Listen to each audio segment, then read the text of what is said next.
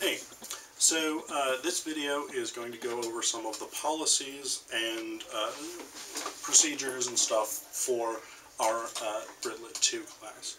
So what I'm working off of here, this is a copy of the syllabus for our class. Again, I apologize in advance, I can't see how close I am.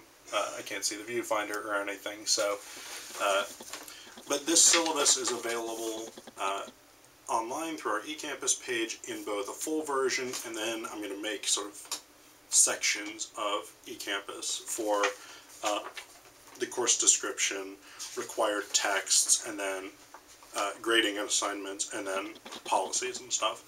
But in this video I want to just briefly go over a lot of the policies and stuff so that you guys know what to expect. So I'm going to go through these in order and just sort of talk through them a little bit. So the first section in policies I have is eCampus and late work policies.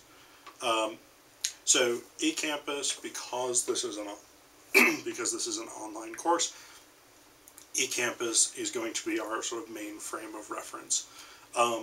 It'll have the quizzes, that'll be where you'll post discussion posts and responses, assignment sheets, video lectures, lecture notes, all of the stuff that you want for this course is going to be up on eCampus, or obviously in the Norton anthologies. Obviously, I think this should go without saying, but I'm going to say it anyway. Please watch all of the video lectures for the readings that you're doing that week. Please read all relevant lecture notes. Follow all of the discussion posts and things like that that your colleagues are putting up, along with responses. Like, I'll be responding, and your colleagues will be required to respond and things. So, again, the discussion posts are super important because we don't have a discussion option in the way that a traditional classroom does. So those posts are going to hopefully sort of take on that responsibility. As always, again, I hope this is something that goes without saying. This is a professional experience. University is a professional experience, training you guys to become professionals. So discussion posts and things like that should be respectful. They should be appropriate. They should be thoughtful and things like this. And then proofread them as well. Like, you're being graded on them, but also, like, this is a professionalism issue. Just take the extra couple of minutes and read through the discussion post and make sure it's right. So next I want to talk to you guys a little bit about office hours and email. Because, again, and a lot of these policies in the early sort of bit here are shaped specifically based on the fact that we are in an online section.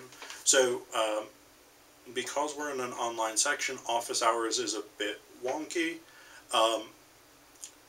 because probably at least some of you are not in Morgantown, which means that you can't necessarily take advantage of traditional office hours. That being said, I will have traditional office hours. Wednesdays from 3 to 4, I will be in my office, Colson Hall G07 on the downtown Morgantown campus. If you are in Morgantown or the Morgantown area and you want to come in and talk to me about anything, totally fine, I will be here. The other thing that you will have the option to do during that time is I will be continually checking over the discussion forums and my email. So if you want a sort of guaranteed, fairly immediate response, Wednesdays 3 to 4 would be the time to do that. If Wednesdays 3 to 4 don't work for you, and this is really more for, like, if you want to come in and talk to me in person, like, we can schedule other office hours. Like, if you, I don't know, have a different class at that time, or if you work at that time or something like that, and you want to work something out where you can come in and talk to me personally, we can shoot me an email and we can figure something out. Other than that, I will be, I always sort of respond to emails within 24 hours. Incidentally, and this is on the syllabus, or you can email me through eCampus, but my email is pzapkin, P-Z-A-P-K-I-N, @mix.wvu.edu. That's the best way to get a hold of me outside of office hours. And again, I will respond to an email within 24 hours after getting it, so if by the next evening you have not heard back from me, please resend your email. It seems to be better about it of late, but Mix has been known to just sort of swallow emails into the ether. So, yeah, if you don't hear from me, please assume that I haven't gotten it and send it again. So, okay, academic integrity. And actually the rest of the policies for the course that I'm going to list, these are really boilerplate stuff, so chances are that if you've been in a number of English classes, you've probably seen this stuff before. Academic integrity, obviously, at the university level, plagiarism and cheating is totally unacceptable. As students of the university, you are bound by the academic integrity policy, which is publicly available through a number of places. I will put up a copy of it on eCampus. It's also available in EasyWriter if you choose to buy that book, which again I suggest you do. So in EasyWriter, it's listed in pages WVU 5 to WVU 7, which is in the very, very beginning of the book. Regardless, you are bound by that. And one thing I always emphasize with academic integrity is that I didn't know it was cheating is not an acceptable excuse. Like, you are responsible for knowing that code of conduct. So please take a couple of minutes to check that out if it's not something you've already read. Or refresh your memory if you have already read it. Late work.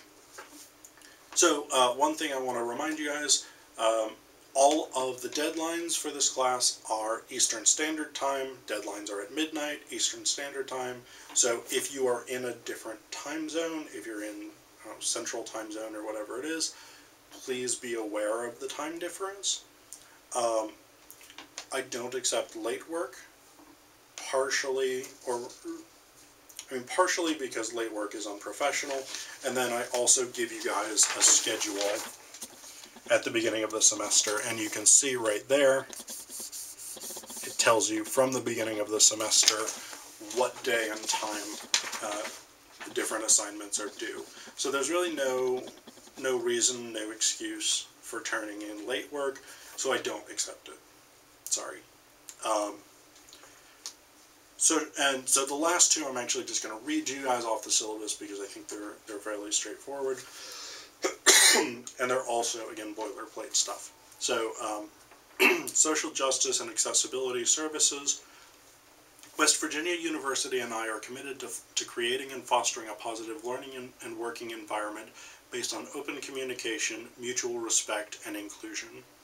If you are a person with a disability and anticipate needing any type of accommodation in order to participate in this class, please advise me and make appropriate arrangements with the Office of Accessibility Services. And I've given you guys the phone number here, 304-293-6700. For more information on West Virginia University's diversity, equity, and inclusion initiatives, please see, and then I've given you guys the link there.